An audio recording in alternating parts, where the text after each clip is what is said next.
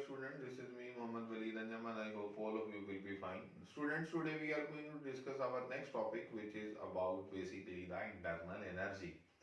Student internal energy क्या होती है? हम ये कहते हैं कि किसी भी सिस्टम के अंदर मौजूद जो हमारे पास टोटल एनर्जी होती है, चाहे वो काइनेटिक एनर्जी या पोटेंशियल एनर्जी या और फॉर्म्स ऑफ एनर्जी हो, उन सब का जो सम होता है that is called the internal energy. अब हमने यहाँ पर लिखा भी है sum of all forms of the molecular energy such as kinetic and potential energy of a substance is called its internal energy. तो स्टूडेंट इंटरनल एनर्जी की जब हम बात करते हैं तो इसके लिए हम सबसे इंपॉर्टेंट पॉइंट जो डिस्कस करेंगे आज यहाँ पर वो ये है कि थर्मोडायनेमिक्स में हम जो आइडियल गैस होती है उसको कंसीडर करते हैं एज ए वर्किंग सब्सटेंस। और जब उस वर्किंग सब्सटेंस की हम बात करते हैं तो जो कहते हैं आइडियल गैस के जो मॉलिक्यूल्स होते हैं वो मेयर मास पॉइंट्स होते हैं, जो कि बुनियादी तौर पर उनका मास बहुत कम होता है। और हम ये कहते हैं कि वो एक दूसरे पर या हम कहते हैं कि कोई फोर्स एक्सर्ट नहीं कर रहे होते, जिसकी वजह से हम ये कहने पर मजबूर हो जाते हैं कि जो इंटरनल एनर्जी है वो फिर directly proportional to the average translational kinetic energy of the gas molecule. और अगर internal energy translational kinetic energy of the molecules के प्रोपोर्शनल है तो हम लोग ये बात भी पढ़ चुके हैं स्टूडेंट्स कि जो हमारे पास kinetic energy of the gas molecules होती है वो directly proportional to the absolute temperature होती है। तो लिहाजा यहाँ से हमारे पास एक रिजल्ट ये भी निकल आता है कि जो इंटरनल एनर्जी है that is also directly proportional to the absolute temperature. ये यहाँ पर हम पॉइंट लिख चुके हैं। मैं दोबारा से बता देता हूँ कि हम ये कह रहे हैं कि जो आइडियल गैस के मॉलिक्यूल्स होते हैं वो मेयर मास पॉइंट्स होते हैं जो एक दूसरे पर कोई फोर्स एक्सर्ट नहीं करते except during collision. Kinetic energy या kinetic theory of the gases के मुताबिक हम जो पोस्टुलेट्स पढ़ चुके हैं उसमें हमने ये बात पढ़ी थी कि वो कोलिजन्स के अलावा आपस में एक दूसरे पर कोई फोर्स एक्सर्ट नहीं कर रहे होते। और हम ये कहते हैं कि इसका मतलब फिर क्या हुआ कि जो इंटरनल एनर्जी है वो डायरेक्टली प्रोपोर्शनल है average translational kinetic energy of the gas molecules. और काइनेटिक एनर्जी चूंकि टेंपरेचर के डायरेक्टली प्रोपोर्शनल होती है तो internal energy is directly proportional to the temperature. अब स्टूडेंट इस बात को हम अपने समझने के लिए इस तरह से भी नरेट कर सकते हैं कि जब कभी भी हम किसी भी सिस्टम को किसी सब्सटेंस को हीट प्रोवाइड करते हैं या हम कहते हैं कि हम उसे उसको कोई हीट जब प्रोवाइड करते हैं तो उसका जो टेम्परेचर होता है वो बढ़ जाता है। ठीक है, वो जो टेम्परेचर बढ़ जाता है तो स्टूडेंट यहाँ से अगर हम देखें तो हम क्या ये नहीं कह सकते कि उस गैस की जो इंटरनल एनर्जी है वो बढ़ चुकी। तो इसके लिए हम यहाँ पर पॉइंट लिख भी देते हैं when a gas is heated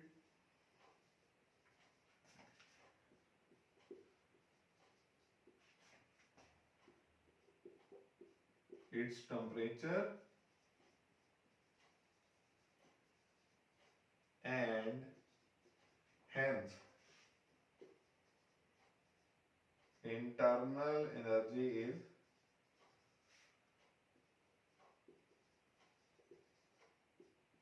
increased। उसकी इंटरनल एनर्जी क्या हो जाती है? इंक्रीज कर जाती है। अब स्टूडेंट इसका मतलब क्या हुआ कि अगर कभी हमें इंटरनल एनर्जी की बात करनी हो तो वो एक ही सूरत में क्या बढ़ सकती है कि जब हम कोई हीट प्रोवाइड करेंगे उस गैस को? नहीं, हमारे पास ऐसी भी एग्जांपल्स हैं जब हम बगैर कोई हीट प्रोवाइड किए हुए internal energy of the system को इंक्रीज कर सकते हैं। अब ये बड़ा इंपॉर्टेंट पॉइंट है। Internal energy can also be increased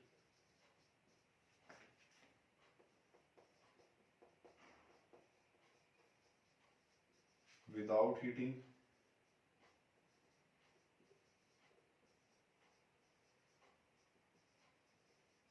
heating के बगैर भी हम इंटरनल एनर्जी को बढ़ा सकते हैं। कैसे स्टूडेंट? बहुत ही आसान एग्जांपल है हमारे पास फ्रिक्शन।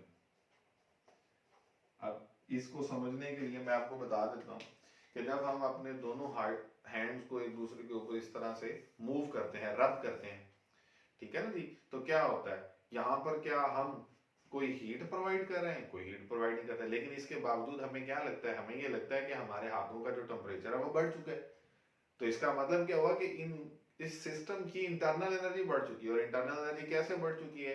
क्योंकि जब हम इनको एक दूसरे के ऊपर स्लाइड कर रहे होते हैं या रब कर रहे होते हैं, तो जो बेसिकली वर्क मैकेनिकल एनर्जी की फॉर्म में अपीयर हो रहा होता है, वो वजह बनता है यहाँ पर टेम्परेचर के बढ़ने की। और हमें महसूस होता है कि हमारे हाथ गर्म हो जाते हैं, स्पेशली इन विंटर सीजन हम यही कर रहे होते हैं ना, इस तरह से हाथों को रब करके हम एक टेम्परेचर को बढ़ा रहे होते हैं, क्योंकि हमारे हाथ अगर ठंडे हो जाएं तो हम उनको इस तरह से गर्म करने की कोशिश करते हैं। तो बेसिकली यहाँ पर क्या है, हम इस पॉइंट को लिख भी लेते हैं, rubbing of hands, mechanical energy is being converted into internal energy. और इंटरनल एनर्जी अगर बढ़ जाएगी तो डेफिनेट बात है कि हमारे पास टेम्परेचर बढ़ जाएगा। ये पॉइंट हमें यहां से समझ आ सकता है। इसी तरह से स्टूडेंट हम यहाँ पर एक और बात भी करते हैं, वो ये है कि जब कभी भी कोई एक चीज स्लाइड कर रही हो किसी एक सरफेस पर, तो कुछ देर के बाद हमें इस बात का अंदाजा है कि वो ऑटोमेटिकली रुक जाती है फ्रिक्शनल फोर्सेस की वजह से। तो वो बेसिकली जो एनर्जी है वो in the form of the heat हम कहते हैं अपीयर हो रही है। कैसे अपीयर हो रही है? कि वो जो हमारे पास मैकेनिकल एनर्जी थी फ्रिक्शन की वजह से, वो किस में कन्वर्ट हो गई? वो हमारे पास हीट एनर्जी में कन्वर्ट हो गई। तो लिहाजा हम ये इस बात से भी ये कहते हैं, जब चीजें एक दूसरे के ऊपर स्लाइड करती हैं तो फ्रिक्शन की वजह से उनका टेम्परेचर जो है उसमें चेंज आ जाता है। तो स्टूडेंट यहाँ हम अगर इंटरनल एनर्जी की बात कर रहे हैं, तो इंटरनल एनर्जी को देखते हुए हम कहते हैं कि इंटरनल एनर्जी एक स्टेट फंक्शन है। स्टेट फंक्शन से क्या मुराद है? स्टेट फंक्शन से मुराद हमारे पास बेसिकली ये है, स्टेट फंक्शन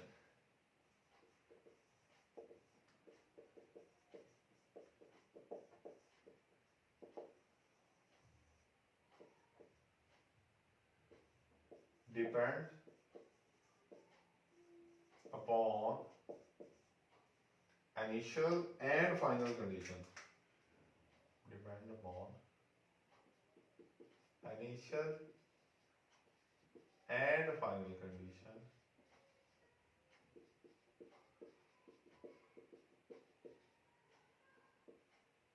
और हम इसको इस तरह से भी लिख सकते हैं कि इंडिपेंडेंट ऑफ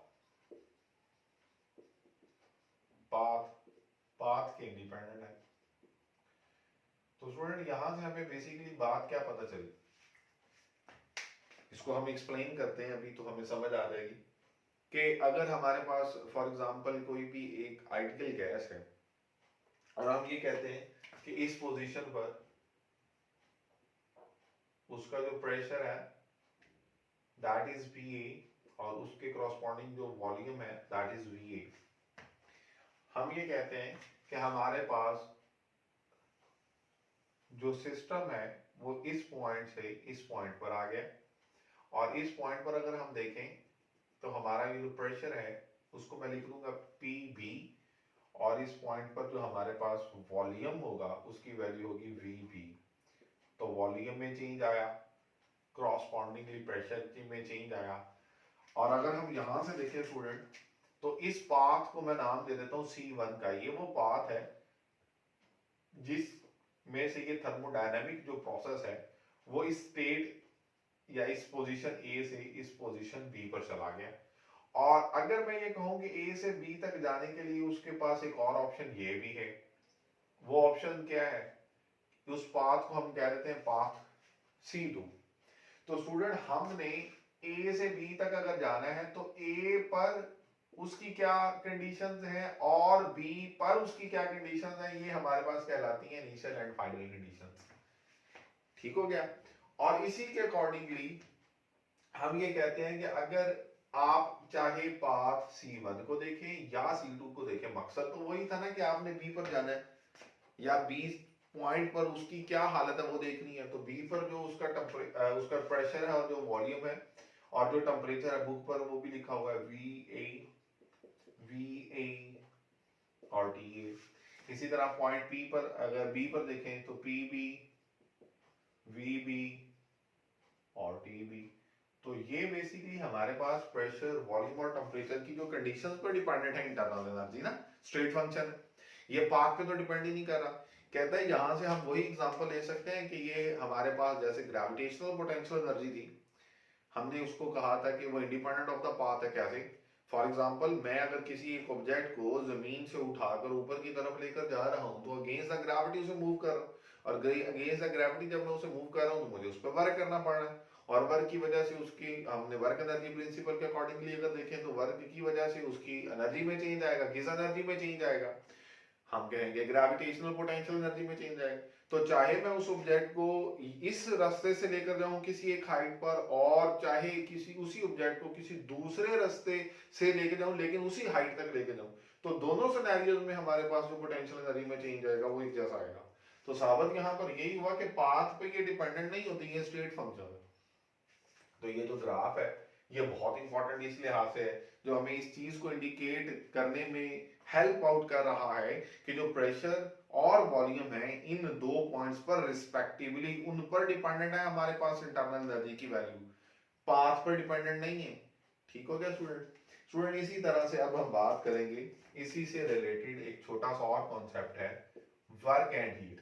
अभी हम पढ़कर आए हैं कि जब हम किसी गैस को हीट करते हैं तो क्या होता है? हीट करने से उस गैस के जो मॉलिक्यूल्स हैं वो उस हीट एनर्जी को एब्जॉर्ब करते हैं, तो उसको एब्जॉर्ब करने से या तो उनकी इंटरनल एनर्जी में इजाफा हो जाएगा, ठीक हो गया, और या हम ये भी कह सकते हैं कि वो जो हमारे पास एनर्जी है, जो हीट एनर्जी है, वो in the form of the work appear हो जाएगी। कैसे अपीयर हो जाएगी? कि वो सिस्टम कोई वर्क परफॉर्म करेगा। तो यहां से हमारे पास ये वर्क और हीट का एक आपस में जो रिलेशनशिप है ना, ये हमने देखना है। तो हमारे पास दो तरह के वर्क होते हैं, positive work and negative work.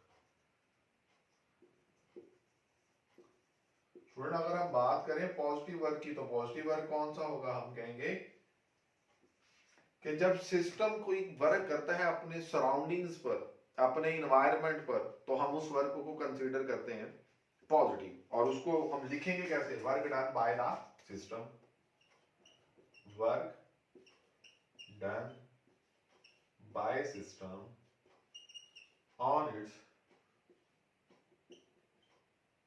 Surrounding या एनवायरमेंट।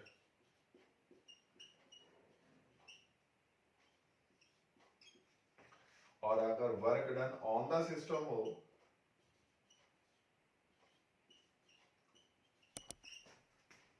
बाय सराउंडिंग तो वो नेगेटिव। तो यहां से अभी हमें एक रिलेशनशिप मिल गया है कि जब कभी भी हम किसी सिस्टम को हीट करते हैं तो या तो उसकी इंटरनल एनर्जी में इजाफा होगा, और उसके साथ साथ वो सिस्टम कोई वर्क करने की सलाहियत भी रख सकता होगा। तो ये बहुत इंपॉर्टेंट पॉइंट है, ये वर्क और हीट का आपस में जो रिलेशनशिप है, यहाँ से हमें बहुत आसानी से क्लियर हो जाता है कि हीट इनपुट हमने की, वो हीट जो हमने इनपुट की वो हमारे पास एक ऐसी एनर्जी है जिसकी वजह से हमारे सिस्टम की इंटरनल एनर्जी में इजाफा हुआ, और वो सिस्टम जो है वो कोई वर्क परफॉर्म कर सकता है। स्टूडेंट इस चीज को समझने के लिए हम एक एग्जांपल कंसीडर कर लेते हैं कि स्टूडेंट हमारे पास एग्जांपल ये है कि हम ये कहते हैं कि हमारे पास एक गैस है जिसको हमने इनक्लोज किया हुआ है किसी एक सिलेंडर के अंदर, ठीक है जी, और उस सिलेंडर के अंदर हमारे पास एक मूवेबल फ्रिक्शनलेस पिस्टन है जो कि उस सिलेंडर के इन एंड आउट मूव कर सकता है। ठीक हो गया स्टूडेंट? और हम ये कहते हैं कि हमारे पास जो उस गैस का इनिशियल वॉल्यूम था वो V था। अब यहां पर बड़ी इंपॉर्टेंट बात है, जब हम इसी गैस को हीट अप करेंगे, कोई हीट इनपुट करेंगे, मैं यहां पर इस तरह से एरोस बना रहा हूं जो इस बात की इंडिकेशन है कि मैंने इस सिस्टम में heat as an input provide की है, और वो जो हीट एनर्जी होगी वो क्या करेगी? वो इस गैस के मॉलिक्यूल्स की इंटरनल एनर्जी को बढ़ाएगी, और वही जो गैस है फिर कुछ वर्क भी परफॉर्म कर सकती है, क्योंकि अगर हम यहां पर ये देखें तो हम कहेंगे कि जो प्रेशर है वो अगर कांस्टेंट है तो जाहिर सी बात है हमारे पास जो इंटरनल एनर्जी में चेंज आएगा उसकी वजह से जो वर्क होगा, तो हम ये कहते हैं कि ये जो पिस्टन है ऑटोमेटिकली अपवर्ड मूव करेगा। ठीक हो गया। और जब ये पिस्टन अपवर्ड मूव करेगा तो हम कहते हैं कि इसने अपनी पहली पोजीशन से जो फासला तय किया है वो कितना है, हम उसको नाम दे देते हैं डी। इस पोजीशन से वो इस पोजीशन पर गया और उसको हम क्या कहते हैं, वो डेल्टा वाई के बराबर है। जिस को फर्दर हम यहाँ पर ऐसे हम देखें तो हम लिख सकते हैं हमारे पास V जो उसका इनिशियल वॉल्यूम था प्लस उसके अंदर जो चेंज आया ये हमारा जो न्यू वॉल्यूम हो जाएगा। और अगर हम ये कहें कि प्रेशर को हमने यहाँ पर कांस्टेंट रखना है तो प्रेशर के कांस्टेंट होने की एक ही रीजन हो सकती है कि वो जो इंक्रीज एनर्जी होगी वो क्या करेगी, वो वर्क कर देगी। यानी कि वही एनर्जी अपने आप को किस में कन्वर्ट कर देगी, वर्क में कन्वर्ट कर देगी और पिस्टन अपवर्ड ऊपर मूव कर देगा। हम ये कहते हैं कि इस पिस्टन का जो एरिया ऑफ क्रॉस सेक्शन है वो ए है और ये यहां से यहां तक ऊपर मूव कर गया। अब स्टूडेंट हम इस चीज को, इस सारे सिनेरियो को हम लिखना भी चाहें तो हम इसको लिख भी सकते हैं। When heat is added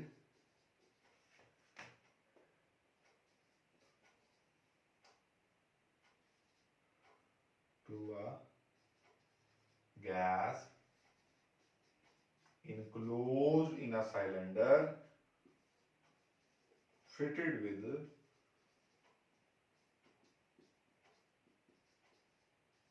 movable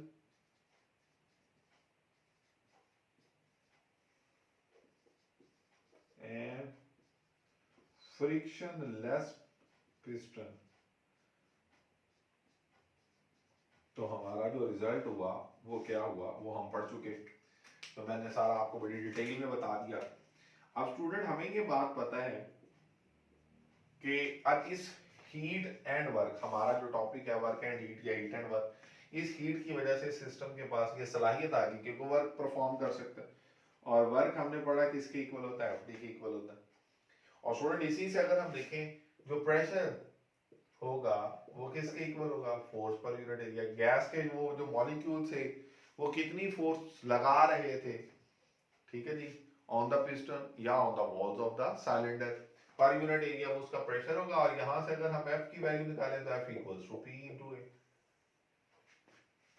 ठीक हो गया। एफ की ये जो वैल्यू है ये हम यहां पे पुट कर देंगे और डी उस फोर्स की वजह से जो ये पिस्टन अपवर्ड मूव किया उसने जो डिस्टेंस कवर किया उसको हम लिख देते हैं डेल्टा वाई। तो हमारे पास स्टूडेंट जो रिजल्ट आ जाएगा पी इंटू ए इंटू डेल्टा वाई।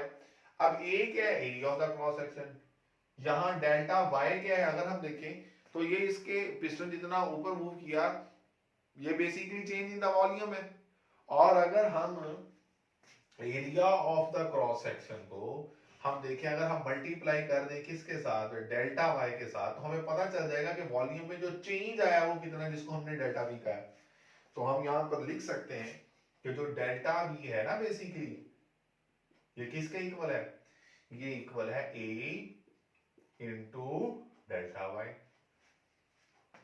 ठीक हो गया। और इसी वैल्यू को फर्दर अगर हम इस इक्वेशन में पुट करें तो हमारे पास वर्क आ जाएगा P इंटू डेल्टा वी। यानी कि ये हमारे पास रिलेशनशिप आ जाएगा, जितना वॉल्यूम में चेंज होगा। अब यहां पर देखें चेंज डेल्टा वी के साथ, यानी कि वॉल्यूम चेंज हो रहा, प्रेशर कांस्टेंट है, प्रेशर की वैल्यू चेंज नहीं हो रही, तो हम कहेंगे कि वो फिर हमारे पास किसकी फॉर्म में अपीयर हो जाएगी, in the form of the work appear हो जाएगा। और इसी बात को स्टूडेंट हम अगर ग्राफ की सूरत में देखें तो हमारा जो ग्राफ बनेगा वो किस तरह से होगा कि हम ये कहें कि अगर हमारे पास ये वॉल्यूम एक्सिस है और ये प्रेशर एक्सिस है, ठीक हो गया स्टूडेंट।